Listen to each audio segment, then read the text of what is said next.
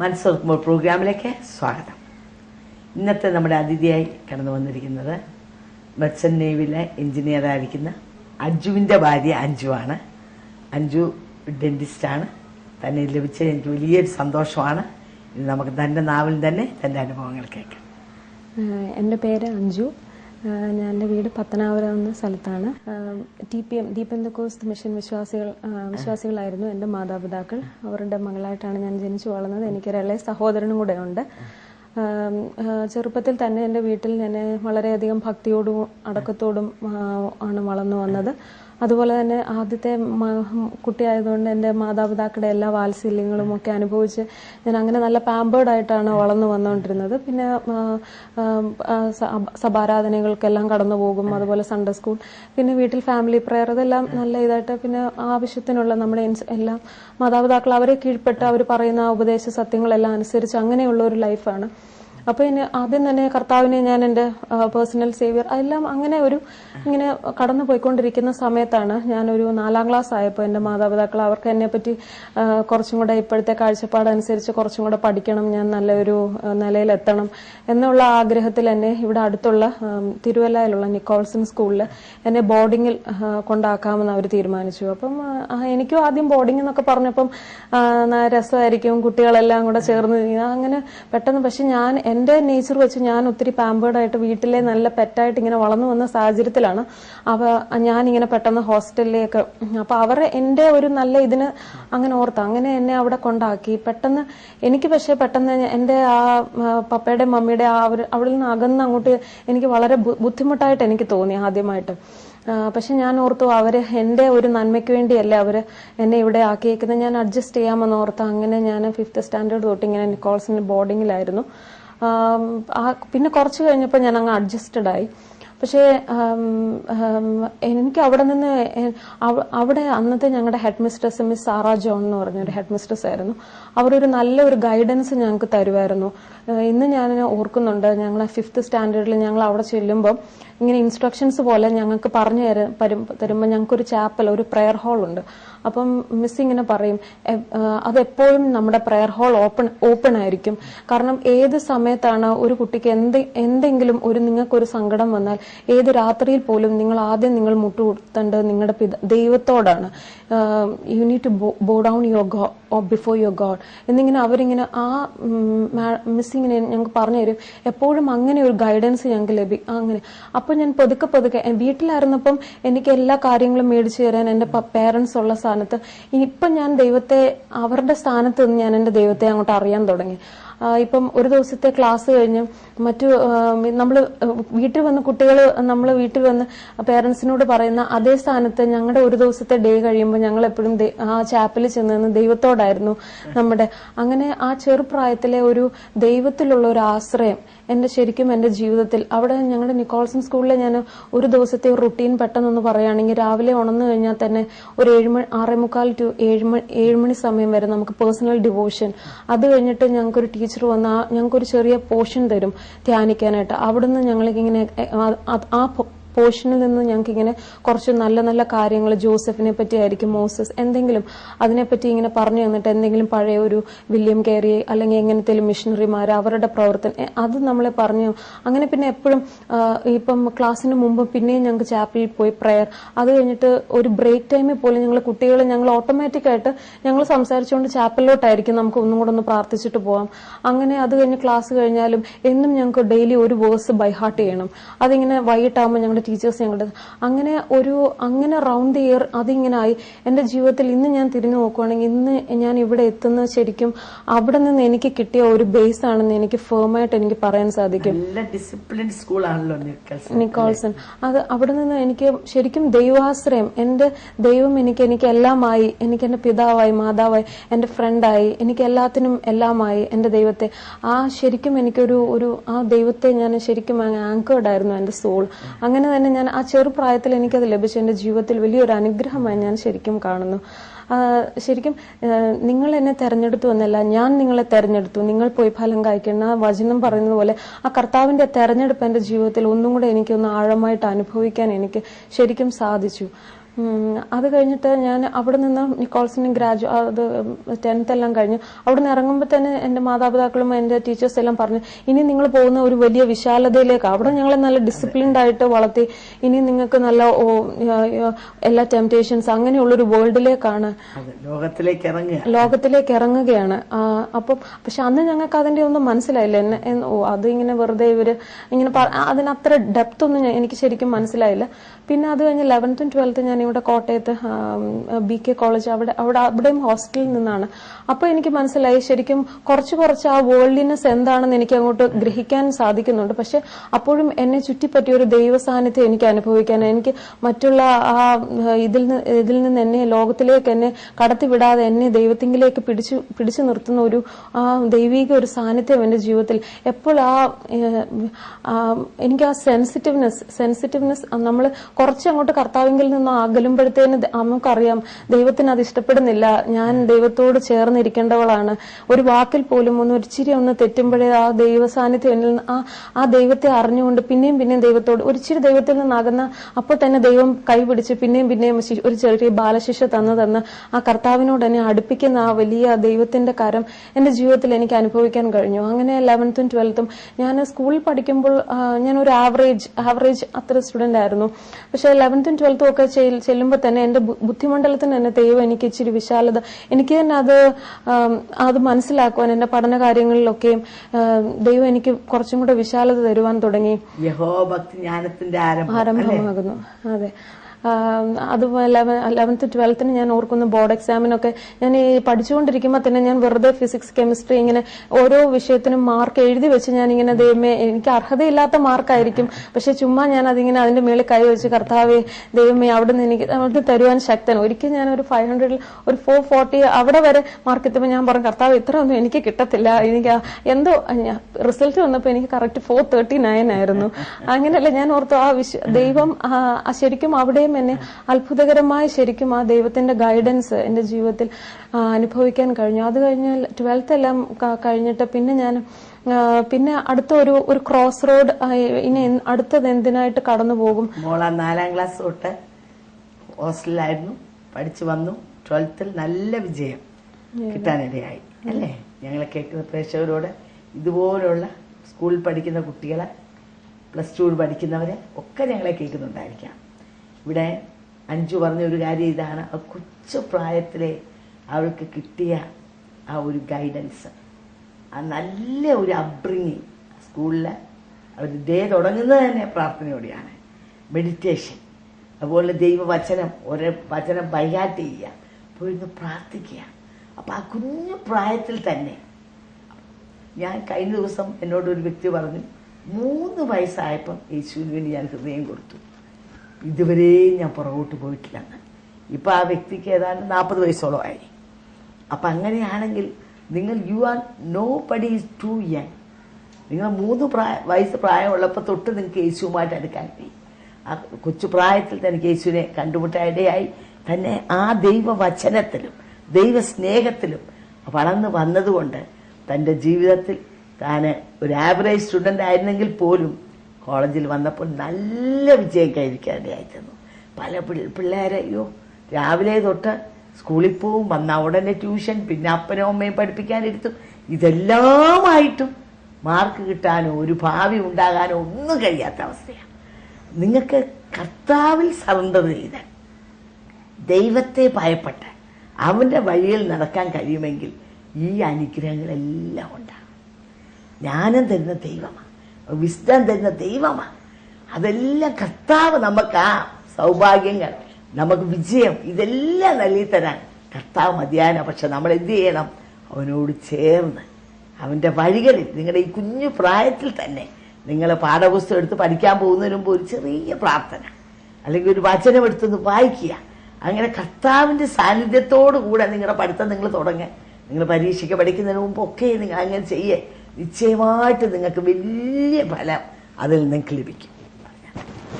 അത് കഴിഞ്ഞ് 12th കഴിഞ്ഞിട്ട് അപ്പൊ എന്റെ പിതാവ് എന്നോട് പറയുന്നുണ്ടായിരുന്നു എൻട്രൻസിനൊക്കെ ട്രൈ ചെയ്യണം. പക്ഷെ എനിക്ക് അതിനോടൊന്നും വലിയ അങ്ങനെ എൻട്രൻസ് കിട്ടുമോ, അങ്ങനെ എനിക്ക് അതിനുള്ള ഇതില്ല എന്നൊരു ചിന്തയായിരുന്നു. അങ്ങനെ പിന്നെ എന്റെ ആഗ്രഹം ഡിഗ്രി കോഴ്സ് എന്തെങ്കിലും, ഡിഗ്രി മെയിൻ എടുത്ത് എന്തെങ്കിലും ചെയ്ത് നല്ല MSc അതെല്ലാം കഴിഞ്ഞ് എന്തെങ്കിലും PhD ലെവൽ അങ്ങനെ പോകണം, ഒരു കോളേജ് ലെക്ചറർ ആകണം, അങ്ങനെ ഒരു ചിന്തയായിരുന്നു. പക്ഷെ ആ സമയത്ത് ഇങ്ങനെ ഞാൻ എന്റെ ചർച്ചിൽ കടന്നു പോയപ്പോൾ എന്റെ ചർച്ചിൽ ഒരു ആന്റി, എനിക്ക് വലിയ അടുപ്പമൊന്നും ഇല്ലാത്ത ആന്റി ആയിരുന്നു. പക്ഷെ ആ ആന്റിക്ക് കർത്താവ് ഒരു ദർശനത്തിൽ ഇങ്ങനെ ഞാനിങ്ങനെ ഒരു ഡോക്ടറിന്റെ ഏപ്രൺ ഇട്ട് ഇങ്ങനെ എന്നെ ഇങ്ങനെ കാണിച്ചു. ആ സമയത്ത് ഞാൻ അഡ്മിഷന് കടന്നു പോകുന്ന ആ സമയത്ത് തന്നെയാ ഈ ആന്റി എന്നെ ഇങ്ങനെ എന്നോട് ചോദിച്ചു, മോൾ എന്തിനെങ്കിലും അഡ്മിഷൻ എടുക്കാനായിട്ട് ആഗ്രഹിക്കുന്നുവോ? എന്നെ ഇങ്ങനെ ദൈവം ഒരു ദർശനം കാണിച്ചു. ആ സ്പോട്ട് ആന്റി എന്നോട് പറഞ്ഞ ആ സമയത്ത് തന്നെ എന്റെ ഉള്ളിൽ ദൈവം എനിക്ക് മനസ്സിലായി, ദൈവം എന്നെ എന്തോ ഇതിനു വേണ്ടി കാണുന്നു. അതുകൊണ്ടാണ് ഇപ്പൊ ഈ ആന്റി എന്നോട് ഇത്രയും നാളായിട്ടും അങ്ങനെ സംസാരിക്കാത്തൊരു ആന്റി ഇങ്ങനെ. അത് കഴിഞ്ഞപ്പോ തൊട്ട് എനിക്ക് ഞാൻ ഓർത്തു, എന്നാൽ എൻട്രൻസിനൊന്ന് ട്രൈ ചെയ്യാം. അങ്ങനെ എൻട്രൻസിന് വേണ്ടി ഞാൻ കുറച്ച് നാളുകൾ ഇങ്ങനെ എൻട്രൻസിന് വേണ്ടി പ്രിപ്പയർ ചെയ്യും. അങ്ങനെ ദൈവകൃപയാൽ എനിക്ക് കർണാടക എൻട്രൻസിൽ എനിക്ക് BDSന് മൈസൂരിൽ അഡ്മിഷൻ കിട്ടുവാനും ഇടയായി. ശരിക്കും ദൈവത്തിന്റെ ഒരു കൃപയാൽ മാത്രമാണ് എനിക്ക് അവിടെ അഡ്മിഷൻ കിട്ടിയത്. ശരിക്കും അവിടെ ചെന്നപ്പോഴാണ് ഞാൻ ശരിക്കും എന്താണ് ഈ ലോകത്തിലേക്ക് ഇറങ്ങി പോകരുത് എന്നൊക്കെ എന്റെ മാതാപിതാക്കളും എന്റെ സ്കൂളിലെ ടീച്ചേഴ്സൊക്കെ പറഞ്ഞ് എന്റെ മാഹാത്മ്യം മനസ്സിലായത്. ഞാൻ അതൊരു ഹിന്ദു ഇൻസ്റ്റിറ്റ്യൂഷനാണ്. ഒരു 600 അത്രയും സ്റ്റുഡൻസ് ഉണ്ടെങ്കിൽ തന്നെ വിരളയിൽ എണ്ണാൻ പോലും ക്രിസ്ത്യാനികളില്ല. ഒരു 10-15 പേര് വല്ലതും അത്രയുമേ കാണത്തുള്ളൂ. ശരിക്കും അവരൊരു വേൾഡ്നെസിന്റെ ഒരു എക്സ്ട്രീമിലായിരുന്നു എന്റെ സ്റ്റുഡൻസ് കടന്നുപോയിക്കൊണ്ടിരുന്നത്. ആദ്യം ഞാൻ ചെല്ലുമ്പോൾ ഞാൻ ഒറ്റയായിരുന്നു. എനിക്ക് അങ്ങനെ ഫ്രണ്ട്സിനെ കിട്ടിയാൽ തന്നെ നമ്മുടെ ഒരു നേച്ചർ കാണുമ്പോൾ അവർക്ക് ഒരു റിപ്പൽഷൻ തന്നെ ഉണ്ടാകുമെന്ന് നമുക്ക് ചിന്തിക്കാം. അതുപോലെ ഒരു അനുഭവമായിരുന്നു. ഇതിൽ എനിക്ക് ദൈവമായിട്ട് ആ സമയത്ത് ചുരുക്കത്തിൽ പറഞ്ഞാൽ ഒത്തിരി അത് പരിഹാസവും നിന്നയും ഒക്കെ നമ്മുടെ ഈ നേച്ചർ കാണുമ്പോൾ എനിക്ക് ദൈവകൃപയാൽ ആദ്യം ഞാൻ ഒറ്റയാണെങ്കിലും 1-2 കുട്ടികളും കൂടെ എന്റെ ഒരു സീനിയറും എന്റെ ഒരു ബാച്ച്മേറ്റും ദൈവം അവരുടെ പേരൻസ്, ഒരാളെ പേരൻസിന്റെ ഇടയിൽ തന്നെ ഒരു കൺവേർഷൻ ഉണ്ടായി. ആ കുട്ടിയും സ്നാനപ്പെടുവാൻ ഇടയായി. അതുപോലെ വേറെ എന്റെ ഒരു സീനിയറും അവിടെ അടുത്തൊരു മീറ്റിങ്ങിന് കടന്നുപോയി. അങ്ങനെ അവിടെ രക്ഷിക്കപ്പെടുവാനിടയായി. അങ്ങനെ എനിക്ക് 1-2 ഫ്രണ്ട്സിനെയും കൂടെ കിട്ടി. ഞങ്ങൾ ഇങ്ങനെ ഒരു റൂമിലായിട്ടും കിട്ടി. ശരിക്കും അവിടെ ഒത്തിരി ഞങ്ങൾക്ക് ഒരു ലോൺലിനെസ്, കാരണം മറ്റുള്ള കുട്ടികൾ ഞങ്ങളെ ചിലപ്പോൾ കളിയാക്കും, ഇതൊരു സിസ്റ്റേഴ്സിന് വേണ്ടി ആകാൻ വേണ്ടി ഡോക്ടറിന് പഠിക്കുക, അങ്ങനെയുള്ളൊരു സാഹചര്യമായിരുന്നു. പക്ഷെ അതിന്റെ മധ്യത്തിലും കർത്താവ് ഞങ്ങളെ പിടിച്ചു നിർത്തുവാനും ആ ദൈവകൃപ അനുഭവിച്ച് ആ ദൈവസാന്നിധ്യത്തിൽ അങ്ങനെ മുന്നേറുവാൻ ഞങ്ങളെ സഹായിച്ചു. അതുപോലെ തന്നെ അവിടെയും എനിക്ക് പഠിക്കുന്ന കാര്യങ്ങളിലാണെങ്കിലും ഫസ്റ്റ് ഇയറിലും സെക്കൻഡ് ഇയറിലും എല്ലാം നല്ല ടോപ്പ് മാർക്ക്, അങ്ങനെ ഫസ്റ്റ് ക്ലാസ് അങ്ങനെ മാർക്ക് മേടിച്ചുകൊണ്ട് ഇങ്ങനെ പാസ്സായി. അങ്ങനെ ഇരിക്കുമ്പോൾ എന്റെ ജീവിതത്തിൽ ഞാൻ നേരത്തെ ഞാൻ 15-ാമത്തെ വയസ്സിൽ ഞാൻ ജലസ്നാനം സ്വീകരിപ്പാൻ കർത്താവ് എനിക്ക് ഭാഗ്യം തന്നിരുന്നു. എങ്കിലും അഭിഷേകത്തിന് വേണ്ടി ഞാൻ ഇങ്ങനെ കുറച്ച് നാളുകളായിട്ട് കാത്തിരുന്നു. മൈസൂരിൽ ചെന്നപ്പോഴാണ് അത്രയും നാൾ ഞാൻ എന്റെ ലൈഫിനെ ഒന്ന് ചിന്തിച്ചാൽ തന്നെ ദൈവം, ഞാനിങ്ങനെ ഒരു അപ്പൻ ഇങ്ങനെ ചെറിയ പക്ഷെ മൈസൂരിൽ ചെന്നപ്പോൾ എനിക്ക് തന്നെ കർത്താവ് എന്നെ അഭിഷേകത്താൽ ദൈവം എന്നെ പരിശുദ്ധാത്മാവിനാൽ ദൈവം നിറച്ചു. അതെനിക്കൊരു പവർഫുൾ ഒരു അനോയിന്റിങ് എന്റെ ജീവിതത്തിൽ എനിക്ക് അനുഭവിക്കുവാൻ സാധിച്ചു. അത് എനിക്ക് ഭയങ്കര, ഇപ്പൊ തന്നെ ഞാൻ ഇവിടെ ഇരിക്കുന്ന ഒരു കൃപയാൽ. മറ്റേത് അഭിഷേകം പ്രാപിക്കുന്നതിന് മുമ്പ് എനിക്കൊന്ന് ബോൾഡായിട്ടൊന്ന് സംസാരിക്കാൻ തന്നെ എനിക്കൊരു ഇതായിരുന്നു. പക്ഷെ അഭിഷേകത്തോടെ എന്റെ ജീവിതത്തിന് ഒരു വ്യത്യാസം തന്നെ വന്നു. ഒരു പവർ എനിക്ക് ആ ഉള്ളിൽ എനിക്ക് എന്റെ ജീവിതത്തിൽ അനുഭവിക്കുവാൻ. അതാണല്ലോ ബൈബിൾ പറയുന്നത്. നിങ്ങൾ ശക്തി ലഭിച്ചിട്ട് എന്റെ സാക്ഷിയാകും. അപ്പൊ ആ ശക്തി ലഭിക്കുമ്പോഴാണ് നമുക്ക് സാക്ഷിയാകാനുള്ള ധൈര്യം ലഭിക്കുന്നത്, അല്ലേ? അതെ. എന്റെ കോളേജിന്റെ ഫ്രണ്ടിൽ തന്നെ എനിക്കൊരു IPCയുടെ ഒരു നല്ല ചേർച്ച് മെമ്പേഴ്സും അങ്ങനെ നല്ലൊരു ഗ്യാതറിംഗ് ഉണ്ടായിരുന്നു. അങ്ങനെ ഞങ്ങൾക്ക് അവിടെ വെച്ച് ഇങ്ങനെ അഭിഷേകം പ്രാപിക്കും, പിന്നെ കൃപകളും സഭയോട് ഇങ്ങനെ സംസാരിക്കുന്ന അങ്ങനത്തെ കൃപകളിലൂടെ ഇങ്ങനെ കർത്താവ് ഇങ്ങനെ എന്നെ നടത്തിക്കൊണ്ടിരുന്നു. അങ്ങനെ ആ സമയത്ത് പ്രാർത്ഥന, അത് കഴിഞ്ഞ് കഴിഞ്ഞാൽ എനിക്ക് വലിയൊരു ഇമ്പോർട്ടന്റ് ആയിട്ടുള്ള എന്റെ സ്റ്റഡീസ് ആയിരുന്നു. ഞാൻ നല്ലൊരു സ്റ്റുഡന്റ്, എപ്പോഴും പഠിക്കുക, അങ്ങനത്തെ ഒരു ഇതായിരുന്നു. അങ്ങനെ പക്ഷേ പെട്ടെന്നായിരുന്നു എനിക്ക് 3rd ഇയറിൽ ഞാൻ ഇങ്ങനെ നല്ല അഭിഷേകത്തെ ആ കൃപയിൽ ഇങ്ങനെ വളർന്നുകൊണ്ടിരിക്കുമ്പോഴായിരുന്നു പെട്ടെന്ന് ഞങ്ങളുടെ BDS എന്ന് വെച്ചാൽ വാസ്റ്റ് ആയിട്ടൊരു സബ്ജക്ട്.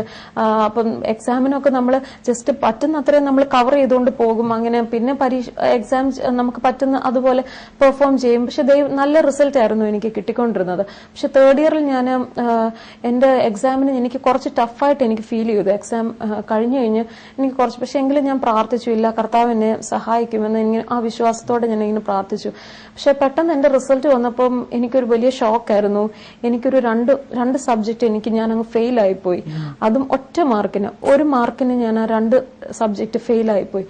അത് പെട്ടെന്ന് എന്റെ കൂടെയുള്ള എന്റെ ഫ്രണ്ട്സിന് പോലും അത് അങ്ങോട്ട് അക്സെപ്റ്റ് ചെയ്യാൻ പറ്റുന്ന എങ്ങനെ ഇത് സംഭവിച്ചു. പക്ഷെ എനിക്കും കാരണം അവിടെ നല്ല എനിക്കൊരു സ്പിരിച്വൽ വാർഫെയർ തന്നെ എനിക്ക് ആ മൈസൂർ ഏരിയയിൽ ഞാൻ അഭിഷേകം പ്രാപിച്ചു കഴിഞ്ഞാൽ എനിക്ക് നല്ലതായിട്ട് എനിക്ക് എന്റെ സ്പിരിറ്റിൽ എനിക്ക് ഫീൽ ചെയ്യായിരുന്നു. നല്ലൊരു വാർഫെയർ ഇങ്ങനെ എനിക്ക് എതിരായിട്ട് ഇങ്ങനെ ഞാൻ ആരാധിക്കുമ്പോഴും എനിക്ക് അത് ഫീൽ ചെയ്യുമായിരുന്നു. അപ്പൊ എനിക്ക് എന്തോ മനസ്സിലായി എന്റെ ഇതിന് എന്തോ ഒരു ടച്ചാണ് ഇവിടെ വന്നിരിക്കുന്നത്.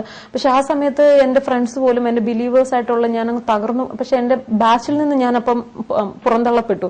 ഞങ്ങൾക്ക് അല്ലാത്ത ഓഡ് ബാച്ച് എന്ന് പറഞ്ഞ് കുറച്ച് കുട്ടികൾ ഇങ്ങനെ ഫെയിൽ ആകുന്നു. പക്ഷെ അങ്ങനെ ഒരു സാഹചര്യം എന്റെ ജീവിതത്തിൽ കടന്നു വന്നെങ്കിലും പക്ഷെ ആ സമയത്താണ് എനിക്ക് വിശ്വാസം കർത്താവിനെ അങ്ങ് ഉറപ്പിച്ചു. കുറച്ചും കൂടെ എന്റെ വിശ്വാസത്തിൽ ഞാൻ അങ്ങ് കുറച്ചും കൂടെ അങ്ങ് ഫേമായി. ഇല്ല ഇതൊന്നും എന്നാൽ ദൈവത്തെ സ്നേഹിക്കുന്നവർക്ക് നിർണയപ്രകാരം വിളിക്കപ്പെടുന്നവർക്ക് തന്നെ സകലവും നന്മയ്ക്കായി കൂടി വ്യാപരിക്കുന്നു എന്ന ആ വചനം എന്റെ ഉള്ളിൽ വന്ന് ആ ക്രിയ ചെയ്ത് ഇതിനുകൊണ്ടൊന്നും എന്നെ ഒന്നും ചെയ്യാൻ സാധിക്കത്തില്ല. ദൈവത്തിന് എന്നെ ദൈവം ആഗ്രഹിക്കുന്ന ആ അളവിലേക്ക് കർത്താവിന് എന്നെ കൊണ്ടെത്തിക്കാൻ സാധിക്കുമെന്ന് ഞാൻ അങ്ങ് ശരിക്കും ഉറച്ചു. പരീക്ഷയോടുകൂടെ അത് സഹിപ്പാനുള്ള കൃപയും തരുമെന്നല്ലേ ബൈബിള് പറയുന്നത്. അപ്പൊ ആ കൃപ എന്ന് പറഞ്ഞാൽ ദൈവത്തിന്റെ വചനം അത് തന്ന് മോളെ അതിൽ കൂടെ ധൈര്യപ്പെടുത്തി നിർത്തി അല്ലേ. അതെ. സാധാരണ ഇങ്ങനെ ഓഡ് ബാച്ചിലായിട്ടുള്ള സ്റ്റുഡൻസിനാണെങ്കിലും ടീച്ചേഴ്സിൽ നിന്ന് അത്ര ഇതൊന്നും കിട്ടത്തില്ല അപ്രൂവൽ. അവർക്കും ഒരു തള്ളലായിരിക്കും. പക്ഷെ ദൈവത്തിന്റെ കരുണ കൊണ്ട് എനിക്ക് അങ്ങനെ ഒന്നും തോന്നിയില്ല. എന്റെ ഫൈനൽ ഇയറിലും എനിക്ക് അവര് പിന്നെയും എന്നെ നല്ലതായിട്ട് കെയർ ചെയ്യും. എനിക്ക് നല്ല മാർക്കോട് കൂടെ തന്നെ അവിടെ നിന്ന് പാസ് ഔട്ട് ആകുവാനും സാധിച്ചു. ശരിക്കും എന്റെ അതെനിക്ക് പിന്നീട് ഒരു വലിയ വിടുതലിന് കാരണമാക്കിയെന്ന് തിരിഞ്ഞു നോക്കുമ്പോൾ ഞാൻ അതെല്ലാം ഫേസ് ചെയ്തു. അത് എനിക്ക് ഇപ്പൊ അതൊരു സന്തോഷമായി തന്നെ എനിക്കത്. പരീക്ഷ സഹിക്കുന്ന മനുഷ്യൻ ഭാഗ്യവാൻ അല്ലേ. അപ്പൊ അത് നല്ല മാർക്ക് എടുത്ത് മോള് പാസ്സായി വന്നെങ്കിലും പരിശുദ്ധാത്മാവിനെ നിറഞ്ഞു. അവിടത്തെ ഒരു സ്പിരിച്വൽ വാർഫെയർ അതിനെ അതിജീവിച്ച് ഇറങ്ങാനുള്ള ഭാഗ്യം ദൈവം തന്നു. അതെ. അത് കഴിഞ്ഞ് 3rd ഇയർ ഒക്കെ ആയി കഴിഞ്ഞപ്പോ തൊട്ട് ഇങ്ങനെ മമ്മി ഇടയ്ക്ക് വീട്ടിൽ നിന്നൊക്കെ വിളിക്കുമ്പോ ഇങ്ങനെ പ്രൊപ്പോസലിന്റെ കാര്യവും ഇങ്ങനെ പറയാറുണ്ടായിരുന്നു. അപ്പം ഞാൻ മറ്റു പലരും ഇങ്ങനെ പറഞ്ഞ് എനിക്കിങ്ങനെ കേട്ടിട്ടുണ്ട്. മോളെ ഇങ്ങനെ കല്യാണമൊക്കെ ആറുമ്പം എന്നോട് പറയാറുണ്ട് ഇങ്ങനെ എഴുതി വെച്ച് പ്രാർത്ഥിക്കണം, ലിസ്റ്റ് എഴുതി വെച്ച് നിനക്ക് എങ്ങനത്തെ ഒരാളിനെയാ വേണ്ടത്. അപ്പൊ ഞാനും ഓർക്കും ഓക്കെ അത് നല്ല കാര്യമാണല്ലോ എന്നൊക്കെ ഓർത്ത് നല്ല ഇതിലിരിക്കുമ്പോൾ ഞാനിങ്ങനെ പ്രാർത്ഥിക്കുമ്പോൾ പല സമയത്തും ഇങ്ങനെ ലിസ്റ്റ് എഴുതി വെച്ചൊക്കെ പ്രാർത്ഥിക്കാമെന്ന് ഓർത്ത് ഇങ്ങനെ ലിസ്റ്റ് എടുക്കുമ്പോൾ ഇങ്ങനെ പെട്ടെന്ന് എന്നോട് ദൈവാത്മാവ് പറയുന്നത് നിന്റെ വിചാരങ്ങളല്ല എന്റെ വിചാരങ്ങൾ എന്ന് വെച്ചാൽ. അപ്പൊ എനിക്ക് എന്റെ ആത്മാവിൽ എനിക്കത് ഫീൽ ചെയ്യാം. ദൈവാത്മാവ് എന്നോട് സംസാരിക്കും എന്ന് വെച്ചാൽ ദൈവത്തിന് എനിക്ക് വേണ്ടിയുള്ള ഏറ്റവും ബെസ്റ്റ് ദൈവമാണ് സെലക്ട് ചെയ്യുന്നത്. Leave it to me, surrender to me everything. ആ ദൈവത്തിങ്കിലേക്ക് നീ ഒന്നും കൂടെ സറണ്ടർ ചെയ്യ്. അന്നിങ്ങനെ എനിക്ക് പിന്നെയും അത് എനിക്കിങ്ങനെ അത് ആ സമയത്ത് അപ്പൊ എനിക്ക് മനസ്സിലായി ദൈവം എന്നിൽ നിന്ന് അങ്ങനെ ഒരു ഇത് ആഗ്രഹിക്കുന്നില്ല. ഞാൻ പൂർണ്ണമായി സറണ്ടർ ചെയ്യാം. അങ്ങനെ ഞാൻ ദൈവത്തിന്റെ കരങ്ങളിലേക്ക് സമർപ്പിക്കുമായിരുന്നു. ആ ചെറുപ്രായത്തിൽ ഞാനൊരു ഫാമിലി ലൈഫ് ഒന്നും തുടങ്ങിയിട്ടില്ലെങ്കിലും ദൈവം എനിക്ക് 1-2 കാര്യങ്ങൾ എനിക്ക് മനസ്സിലാക്കി എനിക്ക് അറിയാമായിരുന്നു. ഒരു ലൈഫ് പാർട്ട്ണർ എന്ന് പറയുന്നത് ജീവിതത്തിന്റെ ഒരു മെയിൻ ഡിസിഷൻ തന്നെയാണ്. കാരണം അതാണ് പിന്നീടുള്ള നമ്മുടെ ലൈഫിനെ അതിനെ വളരെയധികം ഗൈഡ് ചെയ്യുന്നത്. പ്രത്യേകിച്ച് നമുക്ക് ഇതുപോലെ ഇങ്ങനെ കോളിംഗിൽ ഇങ്ങനെ കടന്നു പോകുന്നവർക്ക് ഒരിക്കലും ഒരു സാധാരണ ലൈഫ് ലീഡ് ചെയ്യാൻ നമുക്ക് സാധിക്കത്തില്ല. അതുകൊണ്ട് എനിക്ക് അതും മനസ്സിലായി. പിന്നെ എനിക്ക് ഒരു കാര്യം മനസ്സിലായിരുന്നത് ഈ ലോകത്തിന്റെ വെളിയിൽ കാണുന്ന ധനമോ അല്ല മറ്റു കാര്യങ്ങളൊന്നുമല്ല ഒരു യഥാർത്ഥമായ ഒരു ഫാമിലി ലൈഫ്, ആ ഹാപ്പിനെസ്. ഞാൻ എപ്പോഴും എന്റെ ഫ്രണ്ട്സിനോട് പറയായിരുന്നു വലിയൊരു കൊട്ടാരത്തിൽ താമസിച്ചാലും അതിലും വലിയ കാര്യം കർത്താവിനോട് ആ ദൈവ സാന്നിധ്യത്തിൽ ഒരു കുടിലിൽ താമസിക്കുന്ന അതിലും വലിയൊരു സന്തോഷം. കൊട്ടാരങ്ങളിനകത്ത് നരകമാണ്. അതെ. ദൈവഹിതപ്രകാരം എന്റെ എപ്പോഴും ഞാൻ ചിന്തിക്കും ഓരോ വ്യക്തികളെ പറ്റിയും ദൈവത്തിന് ഓരോ പ്രത്യേക ഒരു ഹിതമുണ്ട്. വിൽ എല്ലാവരെ പറ്റിയും ആ വില്ല് നമ്മൾ ചെയ്ത് തികയ്ക്കുക. അത് ചെയ്യാൻ സാധിച്ചാൽ അതാണ് നമ്മുടെ ജീവിതത്തിന് ഏറ്റവും വലിയ സാറ്റിസ്ഫാക്ഷൻ. ഒരു വലിയ ബ്ലൂ പ്രിന്റ് കർത്താവ് വെച്ചിരിക്കുക. അപ്പൊ എന്റെ ജീവിതത്തിൽ ആ ഹിതം ഒന്ന് ചെയ്യാൻ സാധിച്ചാൽ അതാണ് എന്റെ ജീവിതത്തിന് ഈ ലോകത്തിൽ നിന്ന് കടന്നു പോകുമ്പോൾ എനിക്ക് സാറ്റിസ്ഫാക്ഷൻ സാറ്റിസ്ഫൈഡ് ആകാൻ പറ്റുമെങ്കിൽ അതാണ്. അല്ലാതെ അപ്പം വീട്ടിൽ നിന്ന് പേരൻസ് അവര് പലപ്പോഴും എനിക്ക് പ്രപ്പോസൽ മോളെ പലപ്പോഴും അവരുടെ പക്ഷെ ഞാനപ്പോ പറഞ്ഞ ഡാഡി നമുക്കല്ല എനിക്ക് അങ്ങോട്ട് ദൈവഹിതമാണോ എന്ന് തോന്നുന്നു. അപ്പം ഡാഡിക്ക് ചിലപ്പോ ഒക്കെ വിഷമം തോന്നും, മോളെ എല്ലാം ഒക്കെ ഒത്തുവരുമ്പോ നീ ഇങ്ങനെ തടസ്സം പറയരുതെന്നൊക്കെ പലപ്പോഴും എന്നോട് പറഞ്ഞിട്ടുണ്ട്. പക്ഷെ എനിക്കറിയാമായിരുന്നു ഇത് ദൈവാത്മാവ് എന്നോട് അങ്ങനെ അങ്ങോട്ട് സംസാരിക്കുന്നില്ല, ഇതല്ല ദൈവഹിതമാണെങ്കിൽ ദൈവം എന്നോട് എന്തെങ്കിലും പറയും എന്ന് എനിക്കൊരു ഉറപ്പുണ്ടായിരുന്നു. അങ്ങനെ ഇങ്ങനെ കടന്നു പോവുകയായിരുന്നു. പിന്നെ ഞാൻ ഒരു മെയ് മാസത്തിൽ എന്റെ BDSന്റെ കോഴ്സ് എല്ലാം അവിടെ കഴിഞ്ഞു. അത് കഴിഞ്ഞ് നാട്ടിൽ കടന്നു വന്ന് ഞാൻ എന്റെ പത്തനാപുരത്ത് എന്റെ അടുത്തുള്ള ഒരു പ്രൈവറ്റ് ക്ലിനിക്കിൽ തന്നെ ഞാൻ അങ്ങനെ പ്രാക്ടീസ് ചെയ്തുകൊണ്ടിരിക്കുമ്പോൾ പിന്നെ ഇങ്ങനെ പ്രപ്പോസലൊക്കെ കടന്നു വരുമ്പോൾ ഒന്നും കൂടെ ഞാൻ ആ സമയത്ത് ഒന്നും കൂടെ ഞാൻ ശരിക്കും ദൈവസന്നിധിയിൽ എന്നെ തന്നെ ഞാൻ സമർപ്പിച്ചു. ദൈവമേ പൂർണ്ണമായിട്ടും എനിക്ക് മനസ്സിലായി ഇതിനു മുൻപ് ദൈവത്തിന്റെ കരങ്ങളിലേക്ക് ഞാൻ പൂർണ്ണമായിട്ട് ഏൽപ്പിച്ചു കൊടുത്തു, സറണ്ടർ ചെയ്തു. ആ സമയത്താണ് എന്റെ ഹസ്ബൻഡ് അച്ഛന്റെ പ്രപ്പോസൽ എനിക്ക് ഇങ്ങനെ കടന്നു വരുവാനും ആ പ്രപ്പോസൽ കടന്നു വന്ന് ഇങ്ങനെ അതിനുവേണ്ടി ആദ്യം എനിക്ക് അങ്ങനെ തോന്നിയില്ല. പക്ഷെ ശരിക്കും ദൈവത്തോട് ഞാൻ അങ്ങനെ ഒരു മറൈൻ എഞ്ചിനീയറിനെ അങ്ങനെ ഒന്നും ഞാൻ പ്രാർത്ഥിച്ചിട്ടും എനിക്ക് അങ്ങനെ ആഗ്രഹവും അങ്ങനെ ചിന്തിച്ചിട്ട് പോലും ഇല്ല. പക്ഷെ ആ വിഷയത്തിന് വേണ്ടി പ്രാർത്ഥിച്ചപ്പം എനിക്ക് ശരിക്കും ദൈവാത്മാവ് എന്നോട് സംസാരിച്ചു, നീ മകളെ ഒന്നും ഭയപ്പെടണ്ട, നീ മുന്നോട്ട് പോ എന്നിങ്ങനെ ഒരു ദൈവത്തിന്റെ ഒരു ഗോഡ്സ് ലീഡിങ് എനിക്ക് എന്റെ സ്പിരിറ്റിൽ എനിക്കത് അനുഭവിക്കാൻ സാധിച്ചു. അപ്പൊ പല പ്രപ്പോസലിലും കിട്ടാത്ത ദൈവിക വ്യക്തമായ ഒരു ഗൈഡൻസ് എന്റെ ആത്മാവിൽ എനിക്കത് അനുഭവിക്കാൻ കഴിഞ്ഞു. അങ്ങനെയാണ് ശരിക്കും മറ്റു പലരും ഇങ്ങനെ ഇങ്ങനെ എങ്ങനെയാണ് മുന്നോട്ട് നോറപ്പം ഒരിക്കലും ഇല്ലാത്ത പോലെ ഞാൻ പെട്ടെന്ന് ബോൾഡായിട്ട് ഇല്ല, എനിക്ക് I was sure about it. അങ്ങനെയാണ് ഞാൻ കല്യാണം നടന്നത്. കല്യാണം കഴിഞ്ഞ എത്ര വർഷമായി? ഞങ്ങൾക്കിപ്പം 4 വർഷമാകുന്നു. ഇപ്പൊ 2 കുഞ്ഞുങ്ങളുണ്ട്. സമാധാനമായി സന്തോഷമായി ജീവിക്കുന്നു അല്ലേ? ഞങ്ങളെ കേൾക്കുന്ന പ്രേക്ഷകരോട് എനിക്ക് പറയാനുള്ളത്, നല്ല ഒരു അനുഭവ സാക്ഷ്യമാണ് നമ്മൾ കേട്ടത്. ഒരു കൊച്ചു പെൺകുട്ടി, യവനക്കാരിയാണ്, 2 കൊച്ചു കുഞ്ഞുങ്ങളുടെ അമ്മ. കർത്താവിനെ കൊച്ചു പ്രായം തൊട്ട് അറിയാനും കർത്താവിൻ്റെ വഴികൾ പിൻപറ്റുവാനും ഇടയായതിൻ്റെ ഫലമായിട്ട് തൻ്റെ ജീവിതത്തിൽ ദൈവികമായ അനുഗ്രഹങ്ങളും ദൈവത്തിൽ നിന്നുള്ള പ്രചോദനവും ദൈവിക ഗൈഡൻസും പ്രാപിപ്പാനിടയായതാണ് നാം കേട്ടത്. നിശ്ചയമായും കർത്താവ് മുഖവശമുള്ള ദൈവമേ അല്ല. ഇതുപോലെ യവനക്കാരൻ, അതുപോലെ കല്യാണത്തിന് വേണ്ടി പ്രാർത്ഥിച്ചുകൊണ്ടിരിക്കുന്നവരൊക്കെ ഞങ്ങളെ കേൾക്കുന്നുണ്ടായിരിക്കാം. നിശ്ചയമായും നിങ്ങൾ ദൈവത്തിന് പ്രിയങ്കരമായ ഒരു ജീവിതം നയിക്കുകയാണെങ്കിൽ ദൈവം നിങ്ങളുടെ കാര്യങ്ങൾ ഏറ്റവും ശ്രേഷ്ഠമായിട്ട് നമ്മൾ ചിന്തിക്കുന്നതിലും ആഗ്രഹിക്കുന്നതിലും ഉപരിയായിട്ടാണ്. ബൈബിൾ ഇങ്ങനെ പറയുന്നത്, നീ എൻ്റെ കാര്യം നോക്കിയാൽ ഞാൻ നിന്റെ കാര്യം നോക്കിക്കോളാം. അപ്പം നമ്മളോട് സംസാരിച്ച് നമുക്കൊരു ഗൈഡൻസ് എന്ന അർത്ഥം നമ്മൾ നടത്തുന്നത്. ഇത് അനേക കുടുംബജീവിതങ്ങൾ തകർന്നുകൊണ്ടിരിക്കുക. കേരളത്തിൽ തന്നെ വളരെ അതിൻ്റെ റേഷ്യോ വളരെയധികം കൂടിക്കൊണ്ടിരിക്കുക. 10-15 ലക്ഷം, ഇപ്പം പിന്നെ കോടികളാണല്ലോ, ഒക്കെ സ്ത്രീധനം കൊടുത്ത് വലിയ കുടുംബങ്ങൾ കൊണ്ടുപോയി കെട്ടിക്കുക. മാസങ്ങൾ കഴിയുന്നതിന് മുമ്പ് പിരിഞ്ഞു എന്നുള്ള വാർത്തയാണ് നമ്മൾ കേൾക്കുന്നത്. തകർച്ചയിലേക്ക്, കണ്ണുനീരിലേക്ക് ഒക്കെ കുടുംബജീവിതങ്ങൾ പോയിക്കൊണ്ടിരിക്കുക. എന്നാൽ നിങ്ങൾക്ക് ദൈവത്തോട് ഒന്ന് പറ്റി നിന്നുകൊണ്ട് ദൈവിക ആലോചനയ്ക്ക് വിധേയപ്പെട്ടുകൊണ്ട് മുമ്പോട്ട് പോകാൻ കഴിയുമ്പോൾ, കർത്താവിൻ്റെ ആലോചന പ്രാപിച്ച് നാം മുമ്പോട്ട് പോകുമ്പോൾ ഒരിക്കലും അതൊരു തകർച്ചയിലേക്ക് പോകത്തില്ല. അവൻ നമ്മളെ സ്നേഹിക്കുന്ന കർത്താവ്, നമുക്ക് വേണ്ടി ഏറ്റവും നല്ലത് കരുതുന്ന ദൈവമാണ്. നമ്മുടെ ജീവിതം തകരണമെന്നോ കുടുംബജീവിതം തകർന്നു പോകണമെന്നോ ഒന്നുമല്ല ദൈവം ആഗ്രഹിക്കുന്നത്. അങ്ങനെയാണെങ്കിൽ വിവാഹപ്രായമായ പെൺകുട്ടികൾ, why can you try this? പെൺകുട്ടി തൻ്റെ അനുഭവമാണ് പറഞ്ഞത്. നല്ല വിദ്യാഭ്യാസം കർത്താവർക്ക് കൊടുത്തു, അനുഗ്രഹിക്കപ്പെട്ട ഭാവി കൊടുത്തു. ഇതല്ലേ നമുക്ക് ആവശ്യം. എന്നാൽ ഒരു കണ്ടീഷൻ മാത്രമേ ഉള്ളൂ, മുന്നമേ അവൻ്റെ നീതി രാജ്യം അന്വേഷിക്കും, അതോടുള്ള സകലവും നൽകിത്തരാം. അവൻ്റെ നീതി രാജ്യം അന്വേഷിക്കുവാൻ, അവനെ സ്നേഹിക്കുവാൻ, തനിക്ക് വേണ്ടി ജീവിതം സമർപ്പിക്കുവാൻ നിങ്ങൾക്ക് കഴിയുമോ ഈ അനുഗ്രഹങ്ങളെല്ലാം everything will follow you, everything will be added and you എന്നാണ് നമ്മൾ ദൈവത്തിൽ വായിക്കുന്നത്. ആദ്യമായിട്ട് നിങ്ങൾ അവൻ്റെ മകളായിത്തീരണം, മകനായിത്തീരണം. തൻ്റെ കൊച്ചു പ്രായത്തിലാണ് താൻ യേശുവിനെ കണ്ടുമുട്ടിയത്. അത് നിങ്ങൾ ഏത് പ്രായക്കാരായാലും, പ്രായം കൂടിയവരോ കുറഞ്ഞവരോ യവനക്കാരോ കൊച്ചുകുട്ടികളോ ആരായിരുന്നാലും, യേശുവേ അവിടുന്ന് എനിക്ക് വേണ്ടി മരിച്ചു, അവിടുന്ന് എനിക്ക് വേണ്ടി യാഗമായി, എൻ്റെ ഹൃദയത്തിലേക്ക് വരണമേ, എന്നെയും അങ്ങയുടെ പൈതലാക്കി മാറ്റണമേ എന്ന് ഒരു വാക്ക് നിങ്ങൾക്ക് പ്രാർത്ഥിക്കാൻ കഴിയുമ്പോൾ യേശു നിങ്ങളുടെ ഹൃദയത്തിലേക്ക് കടന്നു വരും. പിന്നെ നിങ്ങളുടെ ജീവിതത്തിന്റെ സകല ഉത്തരവാദിത്വം അവൻ ഏറ്റെടുക്കും. നിങ്ങളുടെ ജീവിതമാകുന്ന ചെറുപടകിന്റെ ചുക്കാൻ അവൻ ഏറ്റെടുക്കും.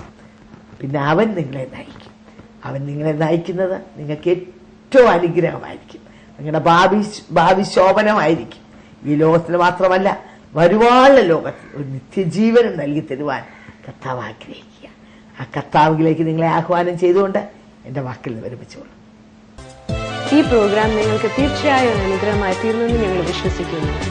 നിങ്ങൾക്ക് എന്തെങ്കിലും അഭിപ്രായങ്ങളോ പ്രാർത്ഥന വിഷയങ്ങളോ ഉണ്ടെങ്കിൽ ഞങ്ങളുമായി ബന്ധപ്പെടുക. ഞങ്ങളുടെ മേൽവിലാസം New India Church of God, Bethesda Communications, Chingavanam, Kottayam.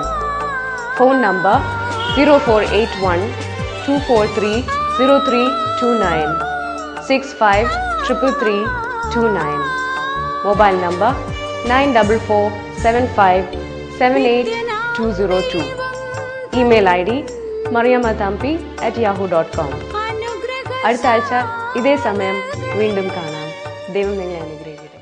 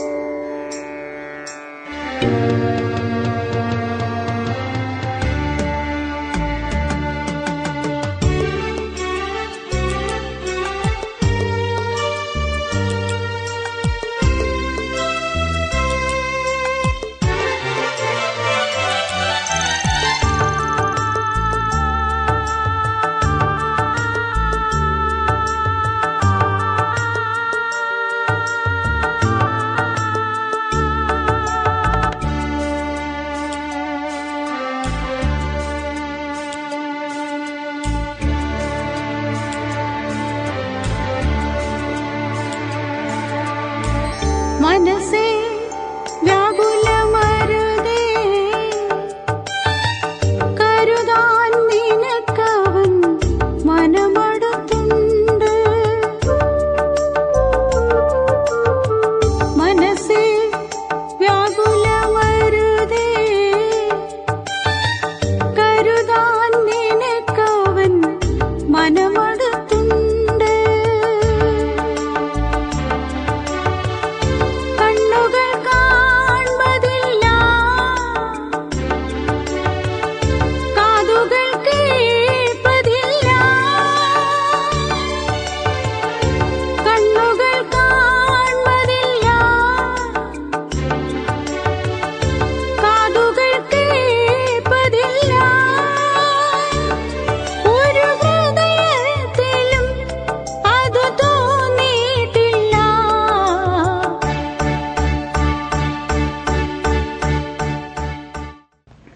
മനസ്സോർക്കുമ്പോൾ പ്രോഗ്രാമിലേക്ക് സ്വാഗതം.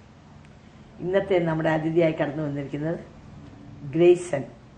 ഇംഗ്ലണ്ടിൽ നോട്ടിംഗ്ഹാമിൽ ഞാൻ നേഴ്സായിട്ട് കുടുംബമായിട്ട് അവിടെ താമസിക്കുന്നു, അവിടെ വർക്ക് ചെയ്യുന്നു. 9 വർഷമായിട്ട് അവിടെയാണ്. ഞങ്ങൾ തമ്മിൽ പരിചയപ്പെട്ടത് തന്നെ ഈ മനസ്സോർക്കുമ്പോൾ പ്രോഗ്രാമിൽ കൂടിയാണ്. ഇത് ഇൻ്റർനെറ്റിൽ യുവർ ലിവിങ് മന്ന വെബ്സൈറ്റിൽ ഞാനത് കാണുകയും അങ്ങനെ ഞങ്ങളുടെ നമ്പർ എടുത്ത് ഇവിടെ വിളിക്കുകയും അങ്ങനെ ബന്ധപ്പെടുവാനും ഇപ്പോൾ ഒരു അമ്മയും മോളും പോലുള്ളൊരു ബന്ധത്തിലേക്കായി തീരുവാനൊക്കെ കർത്താവ് ഇടയാക്കി തീർത്തു. ഇത് തന്നെ ഇവിടെ ലഭിച്ചത് വളരെ സന്തോഷമാണ്. ഇനി ഗ്രേസിന്റെ നാവലിൽ തന്നെ നമുക്ക് തന്റെ അനുഭവങ്ങൾ ശ്രമിക്കാവുന്നതാണ്. എൻ്റെ പേര് ഗ്രേസ്. ഞാൻ ജനിച്ചത് കോട്ടയത്ത് കൊല്ലാട് എന്ന സ്ഥലത്താണ്. ഒരു ഓർത്തഡോക്സ് സമുദായത്തിലാണ് ഞാൻ ജനിച്ചു വളർന്നത്. അപ്പനും പേരൻസ് എല്ലാം ഞങ്ങൾ ചെറുപ്പത്തിൽ തന്നെ വളരെ സമുദായത്തിന്റെ ഭക്തിയിൽ വളർന്നു വന്ന കുഞ്ഞുങ്ങളാണ്. പ്രത്യേകിച്ച് ഞാൻ മാതാവിന്റെ വലിയൊരു ഭക്തിയായിരുന്നു. പള്ളിയിൽ പോയിട്ടുണ്ടെങ്കിൽ തിരി കത്തിച്ച് പ്രാർത്ഥിച്ച് പള്ളി കത്തിപ്പോകുന്ന മാതിരി ഭക്തിയായിട്ട് വീണ് കിടന്നിരുന്ന ഒരു വ്യക്തിയാണ്. എന്നാലും അങ്ങനെ ജീവിച്ചു പോകുന്നു. പിന്നെ എന്റെ വിദ്യാഭ്യാസം കഴിഞ്ഞപ്പോൾ നഴ്സിംഗിന് പോയി പെട്ടെന്ന് തന്നെ എനിക്ക് സൗദി അറേബ്യക്ക് പോകാൻ സാധിച്ചു. അവിടെ വെച്ച് മാതാപിതാക്കളുടെ താല്പര്യമില്ലാത്ത പ്രകാരം ഒരു വിവാഹം കഴിക്കുവാനുള്ള ഇടയായി. അത് പിന്നെ എനിക്ക് കണിയായി തീർന്നെന്ന് പറഞ്ഞതുപോലെയായി. പക്ഷെ എന്നാലും ദൈവത്തിന്റെ മഹാകരുണയാൽ അതിൽ നിന്നെല്ലാം രക്ഷപ്പെടുവാൻ അത് ഞാൻ തുടർന്ന് പറയാൻ ആഗ്രഹിക്കുന്നു. അവിടെ ദൈവത്തെ അറിയാതിരിക്കുമ്പോൾ അത് ലോകസഹജമായിട്ട് നടക്കുന്ന കാര്യങ്ങളാണല്ലോ. അങ്ങനെ ഇപ്പൊ ഞാൻ പക്ഷെങ്കിൽ വിശ്വസിക്കുന്നു കർത്താവിന്റെ പ്ലാൻ ആയിരുന്നു അതെല്ലാമെന്ന് ഞാൻ വിശ്വസിക്കുന്നു. എന്നിരുന്നാലും സൗദിയിൽ പോയി അവിടെ വെച്ച് കല്യാണം എല്ലാം കഴിഞ്ഞു, മോളുണ്ടായി. മോളിൽ കൂടിയാണ് സത്യത്തിൽ കർത്താവ് എന്നെ പിടിക്കുന്നെന്ന് ഞാൻ പറയുന്നു. കാരണം മോൾക്ക് 1.5 വയസ്സുള്ളപ്പോൾ അവർക്ക് ഒരു കിഡ്നി സംബന്ധമായിട്ടുള്ള ഒരു രോഗമുണ്ടായി. അതിന് മാതാവെന്ന നിലയിൽ ഞാൻ വളരെയധികം ഭാരപ്പെട്ടു. കാരണം ഞാൻ ജോലി ചെയ്യുന്ന ഹോസ്പിറ്റലിൽ ഡോക്ടർമാരൊക്കെ വിധി എഴുതി. അങ്ങനെ ഡോക്ടർമാര് 3 കൺസൾട്ടന്മാര് പറഞ്ഞു കൊച്ചിന് ഓപ്പറേഷൻ വേണം, മേജർ ഓപ്പറേഷനാണ്, വളരെ റിസ്ക് ആയിട്ടുള്ള ഒരു ഓപ്പറേഷനാണ്. അപ്പം മാതാവെന്ന നിലയിൽ ഞാൻ ജോലി ചെയ്യുന്ന ഹോസ്പിറ്റലിന്റെ തന്നെ വരാന്തയിൽ പൊട്ടിക്കരയുവാനിടയായി. ആ സമയത്ത് എന്റെ വിവാഹത്തിന്റെ സമയത്തൊക്കെ ഞാൻ കാരണ സമുദായത്തിലെ ഭക്തിയായിരുന്നു പറഞ്ഞാലും ആ സമയത്ത് ഇതിൽ നിന്നെല്ലാം പിന്മാറി നിൽക്കുന്ന, പ്രത്യേകിച്ച് സൗദി അറേബ്യയിൽ നമ്മുടെ ക്രിസ്ത്യൻ ഒരു ഭക്തിപരമായിട്ടുള്ളത് ഇല്ലായിരുന്നു കൊണ്ടായിരിക്കാം ഞാൻ വ്യക്തിപരമായിട്ടും അങ്ങ് പുറകിലോട്ട് മാറി നിൽക്കുന്ന ഒരു അനുഭവമായിരുന്നു. എന്റെ കയ്യിൽ ഒരു ബൈബിള് പോലും ഇല്ലാത്ത ഒരവസ്ഥയിൽ കൂടി ഞാൻ അന്നേരം കടന്നുപോയത്. തീർത്തും ഈ ലോകത്തിന്റേതായിട്ടുള്ള ഒരു ജീവിതം വളരെ ആകുന്നു. അപ്പോഴാണ് ഈ മോളുടെ അസുഖം വന്ന്. അപ്പം ഞാൻ അവിടെ വെച്ച് ഒന്ന് ശരിക്കും ആ വരാന്തയിൽ വെച്ച് നിലവിളിച്ചു. പക്ഷെ നിലവിളിച്ച് ഞാൻ എന്റെ ദൈവമേ, ഞാൻ ശരിക്കും ഹൃദയം തുറന്നുള്ളൊരു നിലവിളിയായിരുന്നു. അത് സങ്കീർത്തനത്തിൽ പറയുന്നത് പോലെ എന്റെ ആഴത്തു നിന്നുള്ള നിലവിളി ഞാൻ ഇപ്പം പറയുന്ന ദൈവം കേട്ടു, എന്നോട് മനസ്സലിഞ്ഞു. അന്നു മുതൽ ദൈവം പ്രവർത്തിക്കാൻ തുടങ്ങി എന്ന് ഞാൻ ഇപ്പം വിശ്വസിക്കുന്നു. കാരണം പെട്ടെന്ന് എന്റെ മനസ്സിൽ തോന്നി കുഞ്ഞിനെയും കൊണ്ട് നാട്ടിലൊന്ന് വരണമെന്ന് തോന്നി. അങ്ങനെ നാട്ടിൽ വന്നു. എല്ലാം ദൈവത്തിന്റെ പ്ലാനും പദ്ധതി എന്ന നിലയിൽ ഇപ്പോൾ ഞാൻ വളരെ വ്യക്തമായിട്ട് ഞാൻ വിശ്വസിക്കുന്നു. വന്നു, എന്നോട് യാദൃശ്യമായിട്ട് ഒരാൾക്കാരും പറഞ്ഞു ഒരു പ്രത്യേക തരത്തിലുള്ള ഒരു ബന്ധുക്കോസുകാരുടെ ഒരു പ്രാർത്ഥനയുണ്ട്, വരുന്നോ എന്ന് ചോദിച്ചു.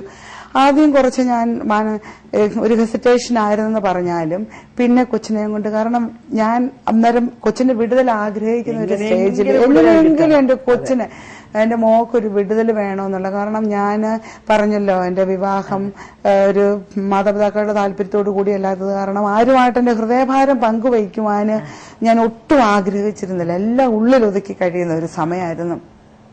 അപ്പൊ അങ്ങനെ ഇരിക്കുമ്പോൾ ആദ്യമായിട്ട് ഈ പ്രാർത്ഥനയ്ക്ക് കടന്നുപോയി. ആദ്യമൊന്നും എനിക്ക് ഒട്ടും തോന്നിയില്ലല്ലോ. ഞാൻ ഈ സമുദായ പ്രാർത്ഥന എടുത്തിടാൻ നോക്കി.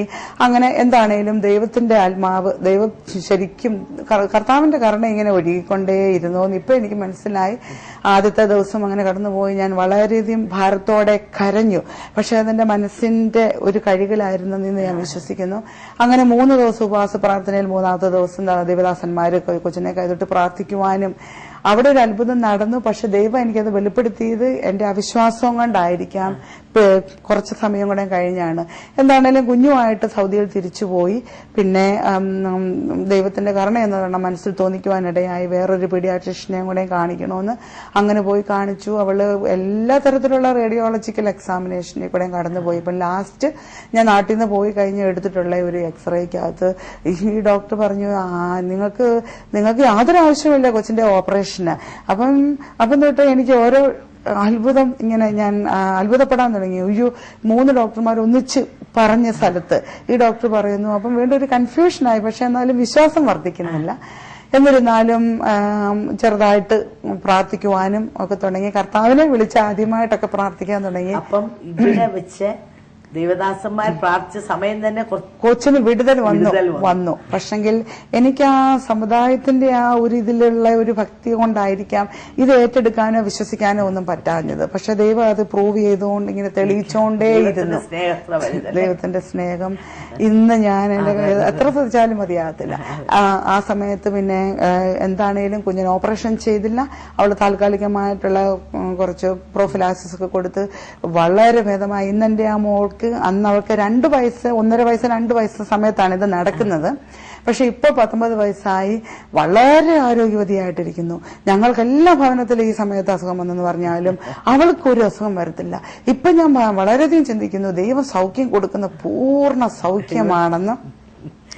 എല്ലാം മുഴുവനായിട്ട് ദൈവം ചെയ്യുന്ന, ഭാഗ്യമായിട്ടോ കുറച്ചോ അങ്ങനെയൊന്നും ചെയ്യുന്ന ഒരു ദൈവമല്ല എന്ന് വർഷങ്ങൾക്ക് ശേഷം കർത്താവ് എന്നെ പഠിപ്പിക്കാനിടയായി തീർന്നു. അന്നേരം അനുഭവം നമ്മൾ കേൾക്കുമ്പോൾ നമുക്കിതാ മനസ്സിലാകുന്നത്, ഹൃദയം തകർന്നവർക്ക് യഹോവ സമീപസ്ഥൻ, മനസ്സ് തകർന്നവരെ അവൻ നിരസിക്കുകയില്ല. അപ്പൊ ഗ്രേസ് ആ നിശ്ചയമായിട്ടും ദൈവത്തോട് അടുപ്പമില്ല, വളരെ അകന്ന് താൻ ജീവിക്കുക. എന്നാൽ പോലും ആ കുട്ടിയുടെ അസുഖത്തിന്റെ ഗൗരവം മനസ്സിലാക്കിയപ്പം ആശുപത്രിയുടെ തിണ്ണയിൽ നിന്നുകൊണ്ട് ദൈവമേ എന്ന് പറഞ്ഞ് തകർന്ന ഹൃദയത്തോട് നിലവിളിച്ചു. ആ നിലവിളി ദൈവസന്നിധിയിൽ. പലപ്പോഴും നമ്മുടെ എല്ലാ ജീവിതങ്ങൾ ഇതുപോലെ നിങ്ങൾ തകർന്നിരിക്കുന്ന വ്യക്തിയായിരിക്കാം. കുഞ്ഞിന്റെ അവസ്ഥയിൽ ഡോക്ടർമാർ വിധി എഴുതി കാണും, അല്ലെ നിങ്ങളുടെ അവസ്ഥയോ ഭർത്താവിന്റെയോ കുടുംബാംഗങ്ങളുടെയോ. എന്നാൽ അതിന്റെ മധ്യത്തിൽ തകർന്ന ഹൃദയത്തോടെ ഒന്ന് നിലവിളിക്കാൻ പറ്റുമോ? നമ്മൾ ഒന്നും അറിയാതെ നിലവിളിച്ചാലും ജീവിക്കുന്ന ഒരു ദൈവമുണ്ട്, ആ ദൈവം ആ നിലവിളി കേൾക്കും. നിശ്ചയമായും ജീവിതത്തിൽ മുഖാന്തരം ഒരുക്കി ഒരു ജീവിതത്തെ കർത്താവ് കണ്ടിട്ടുണ്ടെങ്കിൽ അവരെ ദൈവസ്ഥലിലേക്ക് അടുപ്പിക്കാനുള്ള മുഖാന്തരങ്ങൾ. അപ്പൻ സ്നേഹിക്കുന്ന മക്കളെ ശിക്ഷിക്കുന്നു, ശിക്ഷണത്തിൽ കൂടെ കടത്തി വിടുന്നു. അതുകൊണ്ടാണ് ആ കുഞ്ഞിനെ ദൈവം ഒന്ന് തൊട്ട് ഗ്രേസിന്റെ അറ്റൻഷൻ പിടിച്ചു പറ്റാൻ എന്ന് പറഞ്ഞ പോലെ നിങ്ങളിപ്പോൾ ചിന്തിക്കുമായിരിക്കും, ഞാൻ എന്തിനാ ഈ പ്രശ്നത്തിൽ കടന്നു പോകുന്നത്? ദൈവം എന്നെ സ്നേഹിക്കുന്നില്ലേ? ഞാൻ ഈ കടന്നു പോകുന്ന വിഷയങ്ങൾ ദൈവം അറിയുന്നില്ലേ? നിശ്ചയമായും ദൈവം അറിയുന്നുണ്ട്. But he's trying to get your attention. നിങ്ങളുടെ അറ്റൻഷൻ പിടിച്ചു പറ്റാൻ കർത്താവ് ശ്രമിക്കുകയാണ്. അത് മനസ്സിലാക്കി നിങ്ങൾ ദൈവത്തിലേക്ക് തിരിയുമെങ്കിൽ നിശ്ചയമായും നിങ്ങളുടെ ഈ അവസ്ഥയിൽ നിന്ന് നിങ്ങളെ വിടുവിപ്പാൻ കർത്താവ് മതിയാണ്. അങ്ങനെ വീണ്ടും കൊച്ചു സൗഖ്യമായി, അതിന്റെ സന്തോഷം. പക്ഷെ വീണ്ടും ഞാൻ ആ ലോക ജീവിതത്തിലേക്ക് എനിക്കൊരു വിടുതൽ കിട്ടി. ഇനിയിപ്പം അങ്ങനെ സ്വാഭാവികം അങ്ങനെ ആ ജീവിതം വീണ്ടും തുടർന്നു. പിന്നെ വീണ്ടും കർത്താവ് എന്നെ കണ്ടിരുന്നു എന്ന് ഇപ്പൊ എനിക്ക് മനസ്സിലായി. വീണ്ടും കർത്താവ് ഈ ബാലശിക്ഷ കഴിക്കുന്നെന്ന് ഉള്ളത് അന്നൊന്നും എനിക്ക് അറിയത്തില്ലായിരുന്നു. പക്ഷെ ഇന്ന് എനിക്ക് വ്യക്തമായിട്ട് മനസ്സിലാക്കി തന്നു. ചെറിയ ചെറിയ കഷ്ടങ്ങളിൽ കൂടെ പിന്നെ ഞാൻ എന്റെ ഹസ്ബൻഡുമായിട്ട് വളരെ നിസ്സാര പ്രശ്നങ്ങൾക്കൊക്കെ ഞങ്ങൾ ഇങ്ങനെ ഇതായി. അത് ഇങ്ങനെ ഒരു വല്ലാത്തൊരവസ്ഥയിലേക്കൊക്കെ വന്നു. എന്താണേലും ദൈവം ഒരിക്കലും താൻ കണ്ട വ്യക്തി തകർന്നു പോകുവാൻ സമ്മതിക്കുന്ന ഒരു ദൈവമല്ല. ഇതെല്ലാം എനിക്ക് മനസ്സിലായത് പിന്നതാണ്. എന്താണേലും കർത്താവിനെ അവിടുന്ന് പടിപടിയായിട്ട് കൊണ്ടുവരുന്നതായിരുന്നു. അങ്ങനെ നാട്ടിൽ വരുന്ന സമയത്തും പിന്നെ എന്തെങ്കിലും പ്രശ്നം ഉണ്ടായിട്ട് മനസ്സിന് ഭാരമുള്ളപ്പോഴെല്ലാം നാട്ടിലേക്ക് ഓടി വരുന്ന ഒരവസ്ഥ ഉണ്ടായിരുന്നു. അന്നേരം ദൈവത്തിന്റെ മഹാകരുണയാല് എന്റെ മാതാപിതാക്കള് അവരെന്നോട് ക്ഷമിക്കുകയും വീണ്ടും എന്നെ കൈക്കൊള്ളുകയൊക്കെ ചെയ്തു. അന്നേരം ദൈവം ഇതെല്ലാം ഒരുക്കിക്കൊണ്ടിരുന്നത് എന്നെ ദൈവത്തിന്റെ വലിയൊരു പദ്ധതിക്ക്, ഈ സത്യത്തിലും ആത്മാവിലുമുള്ള ആരാധന എന്തെന്ന് എനിക്ക് ഒരിക്കലും അറിയത്തില്ലായിരുന്നു. പിന്നെ വചനം, അതിന്റെ മഹത്വമോ അതിന്റെ ശക്തിയോ ഒന്നും എനിക്കറിയില്ലായിരുന്നു. കാരണം വചനം ദൈവമാണെന്നുള്ളതൊന്നും എനിക്കറിയില്ലായിരുന്നു. കാരണം ആ സമുദായത്തിന്റെ ഭക്തിയിൽ കാര്യസാധനത്തിന് വേണ്ടി ഒരു ഭക്തി തിരികത്തിക്കുന്നു, മുട്ടുകുത്തുന്നു, അങ്ങനെയുള്ള ഒരു അവസ്ഥയിൽ കൂടെ പോകുന്നതല്ലാതെ ക്രിസ്ത്യാനി എന്നുള്ള വാക്ക് അതിനൊന്നും അതിന്റെ ഗാഠമായിട്ടുള്ള ഒന്നും എനിക്കോ എന്റെ കുടുംബത്തിലെ ആർക്കും തന്നെ അറിയത്തില്ലായിരുന്നു. അതേ അറിയത്തുള്ളൂ, അതിൽ കൂടുതൽ ഒട്ടും അറിയത്തില്ലായിരുന്നു. പക്ഷെ ദൈവം തന്നെ മുന്നമേ കണ്ടതുകൊണ്ട് കർത്താവിനെ ഈ നാട്ടിൽ കൊണ്ടുവരാനും ഇങ്ങനെ ചെറിയ ചെറിയ സാഹചര്യങ്ങളൊക്കെ അത് മനപ്രയാസത്തിന് അന്ന് കാരണമാക്കി എന്ന് പറഞ്ഞാലും പിന്നെ ഒരു നിത്യസമാധാനത്തിന് എന്താ വേണം. അങ്ങനെ വന്ന ഞാൻ ഈ പെന്തക്കോസ് ആരാധനകൾക്ക് അല്ലെങ്കിൽ അവിടെ വീടുകളിലൊക്കെ ഉള്ള പ്രാർത്ഥനകൾക്ക് പോകുവാൻ ദൈവം എനിക്ക് അത്ഭുതകരമായിട്ട് സാഹചര്യങ്ങൾ ഒരുക്കി. ആഗ്രഹം വന്നു. പയ്യെ പയ്യെ ആ വചനം എന്നിൽ ക്രിയ ചെയ്യാൻ തുടങ്ങി. ഇന്ന് ഇപ്പം തിരിഞ്ഞു ചിന്തിക്കുമ്പോൾ എനിക്ക് മനസ്സിലായി ദൈവം വളരെ ദൈവത്തിന്റെ വചനം എന്നിൽ ക്രിയ ചെയ്യുമായിരുന്നെന്ന്. അങ്ങനെ എനിക്ക് വചനം കേൾക്കാൻ താല്പര്യമായി. പാട്ട് പാടി ആരാധിക്കുമ്പോൾ ആ സമാധാനം എന്തെന്നില്ലാത്ത പിന്നെ എല്ലാ സകല ബുദ്ധിയും കഴിയുന്ന ദൈവത്തിന്റെ സമാധാനം, അത് യഥാർത്ഥത്തിലുള്ളൊരു സമാധാനം, അത് പയ്യെ ഒന്നിച്ചല്ല, ദൈവം എന്നെ പടിപടിയെ പഠിപ്പിച്ചുകൊണ്ട് വരാൻ ദൈവം ആഗ്രഹിച്ചു എന്ന് ഇപ്പൊ എനിക്ക് മനസ്സിലായി. ഇങ്ങനെ പറയുന്നുണ്ടല്ലോ, രക്ഷയ്ക്കായി കാംക്ഷിക്കുന്നതിനെ ഞാൻ അതിലാക്കും. അപ്പൊ മോക്കൊരു കാംക്ഷ ഉണ്ടാകാൻ തുടങ്ങിയപ്പോ കർത്താവിലേക്ക് കൊണ്ടുവന്നു. അതിലേക്ക് കൊണ്ടുവന്നെന്ന് പറഞ്ഞാൽ ഇതുപോലെ ഒരു നല്ല ടീച്ചർ ശരിക്കും ഒരു ഓർഗനൈസ് ചെയ്ത് കൊണ്ടുവരുന്ന ആ ഒരു അനുഭവം പറയാതിരിക്കാൻ പറ്റത്തില്ല. എന്താണേലും അങ്ങനെ ഞാൻ കൊണ്ടുവന്നു. വചനം പയ്യെ പയ്യെ എന്നിൽ ക്രിയ ചെയ്യാൻ തുടങ്ങി. അതിനോടൊരു ആഗ്രഹം, ആ ആഗ്രഹം അത്യാർത്ഥിയായി തീർന്ന ഒരവസ്ഥയിലാണ് ഇപ്പോഴും ഞാൻ. പക്ഷെങ്കിൽ പിന്നെ ആരാധിക്കുന്ന ആരാധനയിൽ കൂടി വിടുതൽ അതെന്റെ ജീവിതത്തിൽ അടയാളമായിട്ട് ദൈവം അങ്ങ് കാണിക്കാൻ തുടങ്ങി. ഒരു മനുഷ്യന് പരിഹരിക്കാൻ പറ്റത്തില്ലാത്ത പ്രശ്നം എന്നൊക്കെ പറഞ്ഞുകൊണ്ടിരുന്നതെല്ലാം മഞ്ഞ് പോലെ ഒരു ഉരുകുന്ന അവസ്ഥ. ഞാൻ പറഞ്ഞല്ലോ, ഞാൻ ആരും എന്റെ ഹൃദയം ഒരു പ്രത്യേക അവസ്ഥയിൽ കൂടെ വന്നുകൊണ്ട് ഞാൻ ആരോടും പറയില്ലായിരുന്നു എന്റെ ഹൃദയത്തിന്റെ വേദന. അത് ഞാൻ അതെല്ലാം അങ്ങ് ഒറ്റ ഒരു ആരാണ്ട് എടുത്ത് മാറ്റിയതുപോലെ ഒരാളെ കിട്ടി. അന്നേരം അങ്ങ് കരയാൻ തുടങ്ങി. ഈ കരച്ചിൽ എന്താണെന്ന് ആദ്യം ഞാനിങ്ങനെ വിചാരിച്ചു. പക്ഷെ പിന്നെ എനിക്ക് മനസ്സിലായി, എനിക്ക് പിന്നെ ഒരു കുറ്റബോധം വരാൻ തുടങ്ങി. അതിനെക്കുറിച്ച് ഞാൻ പശ്ചാത്തപിക്കാൻ തുടങ്ങി. പക്ഷെ ആ കുറ്റബോധം എപ്പോഴും ഇങ്ങനെ എന്നിലുണ്ടായിരുന്നു. പക്ഷെ വളരെ നാളുകൾക്ക് ശേഷം ഒരു ദിവദാസനിൽ കൂടി കേൾക്കാനിടയായി, ഒരു പ്രാവശ്യം നീ ആത്മാർത്ഥമായിട്ട് കുറ്റസമ്മതം കർത്താവിനോട് സമ്മതിച്ചാൽ പിന്നെ അതിന്റെ ആവശ്യമില്ല, കർത്താവ് ക്ഷമിച്ചു. അത്രയ്ക്കും നല്ലൊരു കർത്താവാണ് ഞാൻ വിശ്വസിക്കുന്ന ദൈവമെന്ന് എനിക്ക് മനസ്സിലാക്കി തന്നു. വീണ്ടും കുറ്റബോധം വരുമ്പോൾ അത് ചെകുത്താനാ പറയുന്നുള്ള പിശാച് നിന്റെ കാതിൽ മന്ത്രിക്കാൻ നിന്നെ പിന്മാറ്റത്തിലേക്ക് കൊണ്ടുപോകാനെന്നുള്ളത് പിന്നെ എനിക്ക് പിൽക്കാലത്ത് ദൈവസന്നിധിയിൽ നിലനിന്നപ്പോൾ മനസ്സിലായി.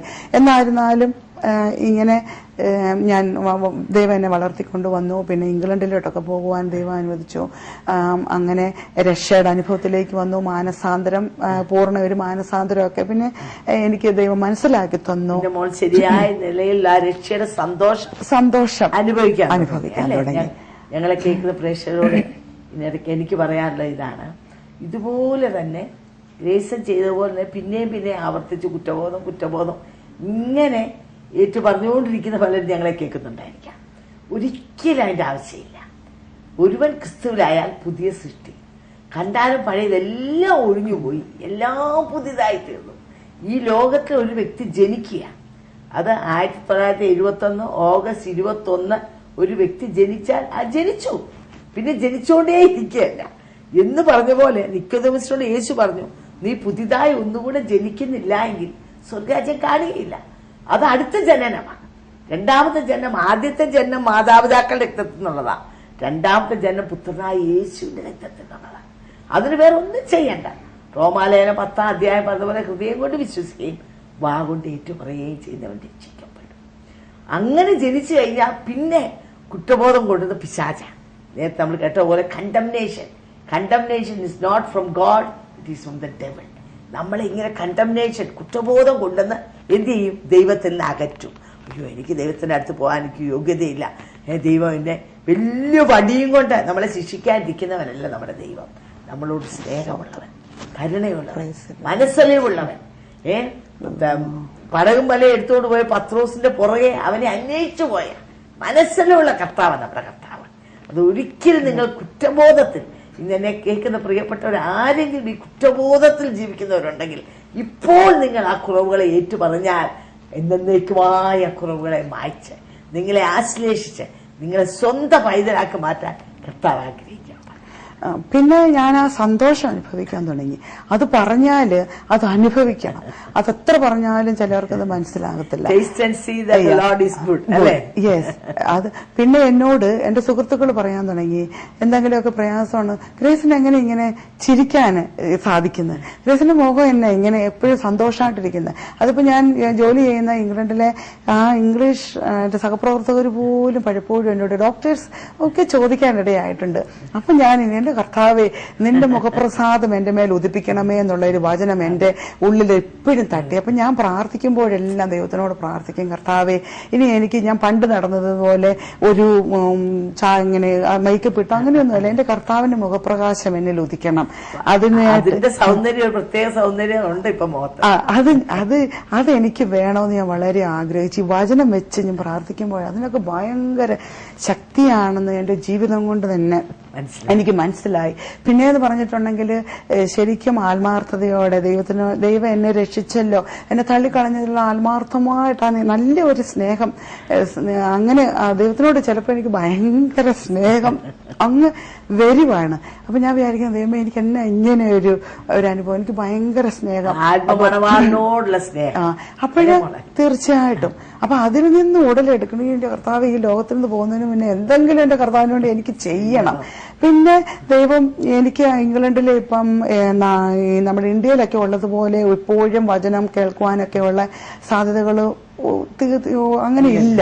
അന്നേരം ഞാൻ പ്രാർത്ഥിക്കാൻ തുടങ്ങി, കർത്താവെ എനിക്ക് നിന്നിൽ കൂടുതൽ വളരെ എന്റെ കർത്താവിനെ എനിക്ക് കൂടുതൽ അറിയണം. കാരണം കർത്താവ് സ്നേഹിക്കുന്ന ആ ക്രൂശില് മരിച്ച കഷ്ടത അനുഭവിച്ച് പെടഞ്ഞ് മരിച്ച ആ വേദന, ആ സ്നേഹത്തിന്റെ ഒരംശം പോലും മനുഷ്യന്റെ ചെറിയ ബുദ്ധിയിൽ നമുക്ക് തിരിച്ച് ഉൾക്കൊള്ളാൻ പറ്റത്തില്ല. അപ്പോൾ എനിക്ക് ആകുന്ന വിധത്തിൽ കർത്താവിനെ സ്നേഹിക്കുവാനും കൂടുതൽ അറിയുവാനും, ഞാൻ ഒന്നുമായിട്ടില്ല ദൈവത്തില്, എന്നിരുന്നാലും കൂടുതൽ അറിയാനും. പിന്നെ അന്നേരം ദൈവം എന്നോട് മനസ്സിൽ അത് ഞാൻ വിചാരിച്ചു എന്റെ ബുദ്ധി എന്നോട് സംസാരിക്കുന്നെന്ന്.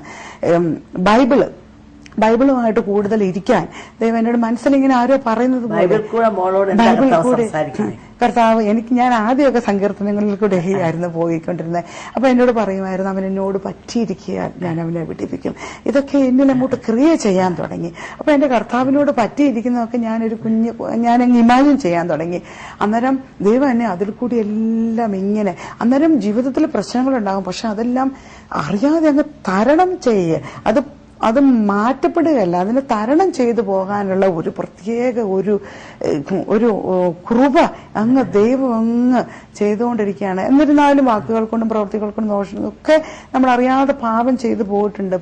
പിന്നെ ദൈവം അങ്ങ് പഠിപ്പിക്കുന്നത് പോലെ പെട്ടെന്ന് ആ വചനം ഇങ്ങനെ ഓർക്കും, എന്റെ കർത്താവെ ഞാൻ അങ്ങനെ പോണമല്ലോ, എന്നാലും അപ്പൊ കൂടുതൽ ആ സ്നേഹം അനുഭവിക്കാനും എന്തോ ഒരു ശക്തി വ്യാപരിക്കുന്നുണ്ട് എന്നുള്ളത് അതിപ്പം സാധാരണ മനുഷ്യർ അത് അനുഭവിച്ചറിഞ്ഞാലേ ഉള്ളൂ.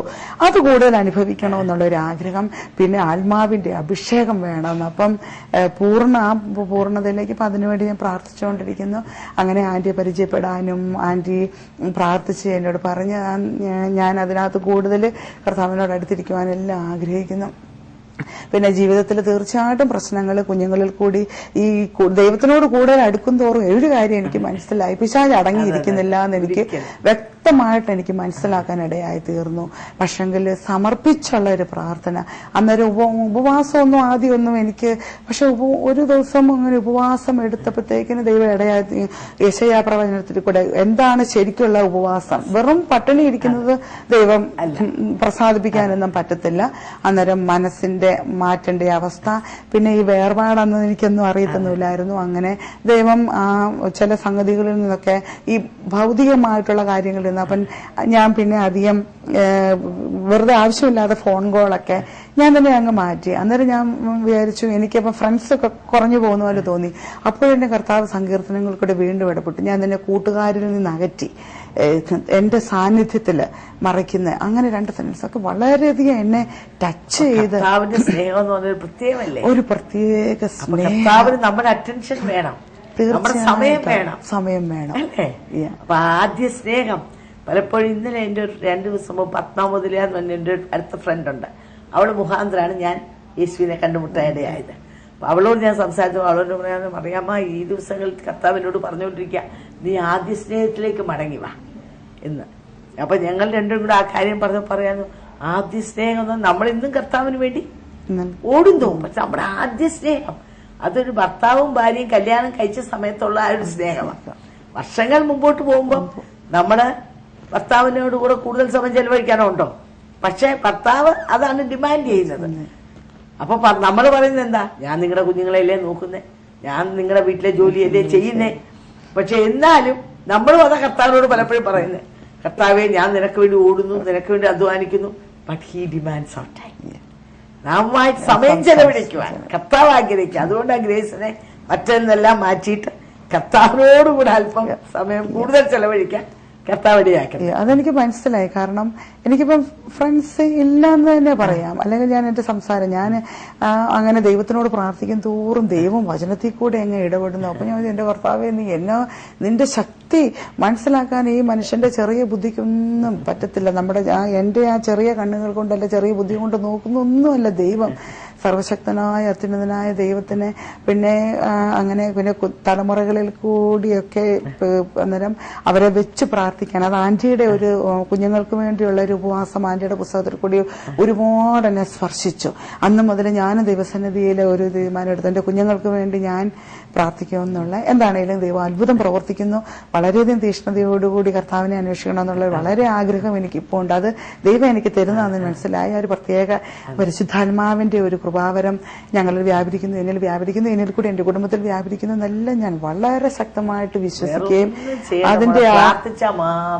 അതിന്റെ ആ ഒരു സന്തോഷം ഞാൻ അനുഭവിക്കുകയും ചെയ്യുന്നു. അതെ, നമ്മള് ഗ്രേസൻ ദൈവസ്നേഹത്തിൽ നിറഞ്ഞ് പറയുന്ന തന്റെ അനുഭവം നമ്മൾ കേട്ടുകൊണ്ടിരിക്കുക. തികഞ്ഞ സ്നേഹം ഭയത്തെ പുറത്താക്കും. എന്തെല്ലാം വിഷയങ്ങളും പ്രശ്നങ്ങളും ഉണ്ടെങ്കിലും ഇന്ന് താൻ പ്രശ്നവിമുക്തയല്ല, പല വിഷയങ്ങൾ കൂടെ താൻ കടന്നു പോവുകയാണ്. പക്ഷെ ആ ദൈവസ്നേഹം തന്റെ ഉള്ളിൽ തിങ്ങി വിങ്ങുന്നതുകൊണ്ട് അതൊന്നും തനിക്കൊരു വിഷയമല്ല. ഞാൻ ഇങ്ങനെ പറഞ്ഞല്ലോ, ഏത് വിഷയം വലുതായിട്ട് വന്നാലും അത് മഞ്ഞുരുകി പോകുന്ന പോലെ ഉരുകിപ്പോവുക. അപ്പൊ ഏത് വലിയ പർവ്വതം സമമായ പ്രശ്നം നമ്മുടെ മുമ്പിൽ വന്നാലും കർത്താവിനോട് കൂടെ നമുക്ക് അതിനെല്ലാം ഒരു മെതിവണ്ടി പോലെ ബൈബിൾ വായിക്കുന്നുണ്ട്. അതിനെല്ലാം പൊടിച്ച് തവിട് പൊടിയാക്കി മുമ്പോട്ട് പോകാൻ നമുക്ക് പറ്റും.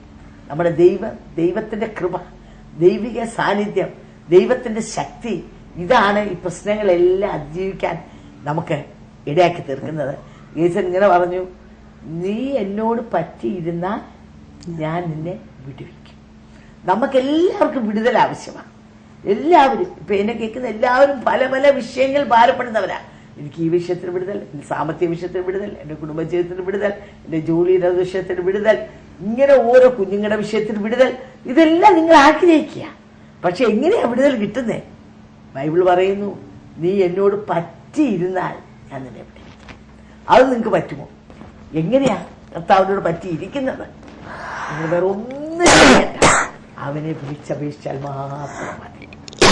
അവനെ വിളിച്ചപേക്ഷിക്കുമ്പോൾ, ഒരു തകർന്ന ഹൃദയത്തോട് നിലവിളിക്കുമ്പോൾ, കർത്താവേ നീ എന്നെ സഹായിക്കണമേ എന്ന് പറഞ്ഞുകൊണ്ട് കർത്താവിന്റെ സന്നിധിയിലേക്ക് നെടുമ്പാടുമ്പോൾ നിശ്ചയമായും നമ്മുടെ പ്രശ്നങ്ങൾക്ക് അത് പരിഹാരം വരുത്തും. നമ്മളെ അവന്റെ പൈതലാക്കി തീർക്കും. എന്തെന്നാൽ അവൻ നമുക്ക് വേണ്ടി വില കൊടുത്തു കഴിഞ്ഞു. നമുക്ക് വേണ്ടി അവൻ യാഗമായി, നമുക്ക് വേണ്ടി മരിച്ചു. ആ ഒരു ദൈവസ്നേഹം നമ്മുടെ ഉള്ളിൽ വരണം. എന്നെ കേൾക്കുന്ന പല വിശ്വാസികളും കാണും. എന്നാൽ എത്രത്തോളം ദൈവസ്നേഹം നിങ്ങളുടെ ഹൃദയത്തിലുണ്ട്? ആ ഒരു ദൈവസ്നേഹത്തിലേക്ക് തന്റെ കുഞ്ഞുങ്ങൾ, തന്റെ ഭർത്താവ്, അവർക്കെല്ലാം എടുത്താൻ പ്രാർത്ഥിച്ചുകൊണ്ടിരിക്കുക. നിശ്ചയമായും തന്റെ കുഞ്ഞുങ്ങളുടെ കർത്താവിനെ അറിയുന്നു. എന്റെ ഭർത്താവും നിശ്ചയമായും ഈ ഭർത്താവിൽ വരുമെന്നുള്ള കാര്യത്തിൽ യാതൊരു സംശയമില്ല. എന്നാൽ നീ വിശ്വസിക്കുക, നിന്റെ കുടുംബവും രക്ഷിക്കപ്പെടും എന്നാ ദൈവം പറയുന്നത്. ഞങ്ങളെ കേൾക്കുന്ന അനേകം ഇതുപോലെ ഭർത്താക്കന്മാർ രക്ഷിക്കപ്പെടാത്തവർ കാണാം, കുഞ്ഞുങ്ങൾ രക്ഷിക്കപ്പെടാത്തവർ കാണാം. നിങ്ങളിങ്ങനെ മനസ്സ് ചഞ്ചലിച്ചിരിക്കുക.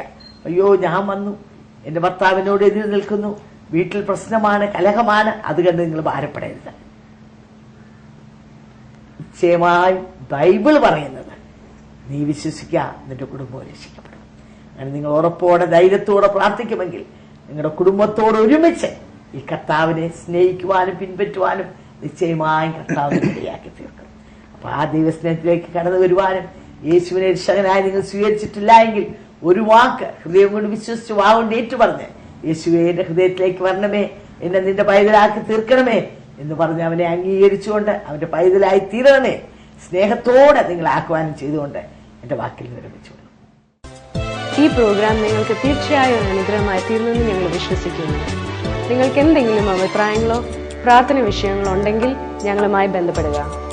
ഞങ്ങളുടെ മേൽവിലാസം New India Church of God, Bethesda Communications, Chingavanam, Kottayam. Phone number 0481-243-0329, 653339. Mobile number 9447578202. Email ID mariamatampi@yahoo.com. അടുത്ത ആഴ്ച ഇതേ സമയം വീണ്ടും കാണാം. ദൈവം നിങ്ങളെ അനുഗ്രഹിക്കട്ടെ.